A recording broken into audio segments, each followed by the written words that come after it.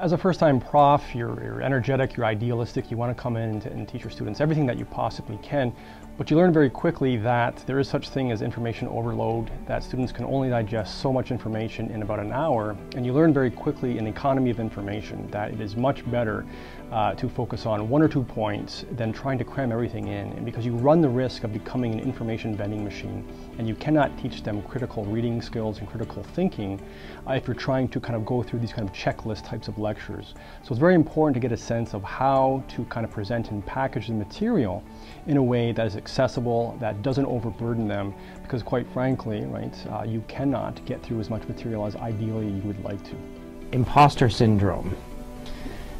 This is something that I'm very familiar with because I teach a very wide range of classes at Dalhousie, and I'm always teaching essentially outside of my field of expertise. And essentially my strategy for addressing imposter syndrome has been to be very frank with students and very upfront with them about what my research interests and expertise areas are and what are not my areas of interests and expertise. So typically at the beginning of my classes I introduce myself, I talk about Sanskrit literature, I talk about Hinduism and the god Vishnu and Krishna and the things that I work on, and then give them a sense of how far beyond that particular domain that we're going to explore in my courses, so that they understand that I have no knowledge of Japanese language, for example, or classical Chinese, or Pali, or Tibetan. And I sort of, it's a little, perhaps a means of sort of being very self-effacing at the start, in order to set the mood for the class, to let them know that I'm not a know-it-all, that we're all sort of part of a learning process, taking part in this learning process,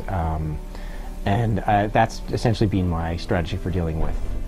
the so-called imposter syndrome. In terms of practical knowledge that I learned here as a graduate student that I then have applied to my own teaching, was really actually mimicking in some ways the wonderful training that I received here from different professors.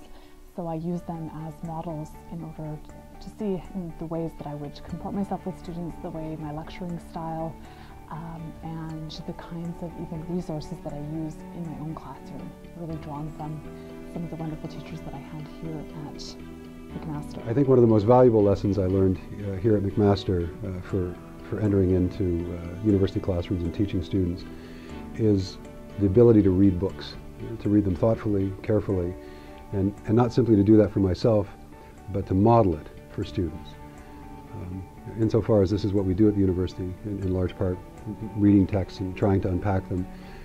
students often read them the first time through, and the richness of what's there is not clear to them. And that's the way it ought to be, because great authors always bury their meanings. So the art of reading well was something that I think is the most valuable thing that McMaster University taught me, and the one thing among all other things that I do that I try and communicate to my students by being exemplary, showing them in the classroom, in lectures or in discussions, how to go about getting into the seams and meaning of that text that isn't immediately obvious when you first open it up.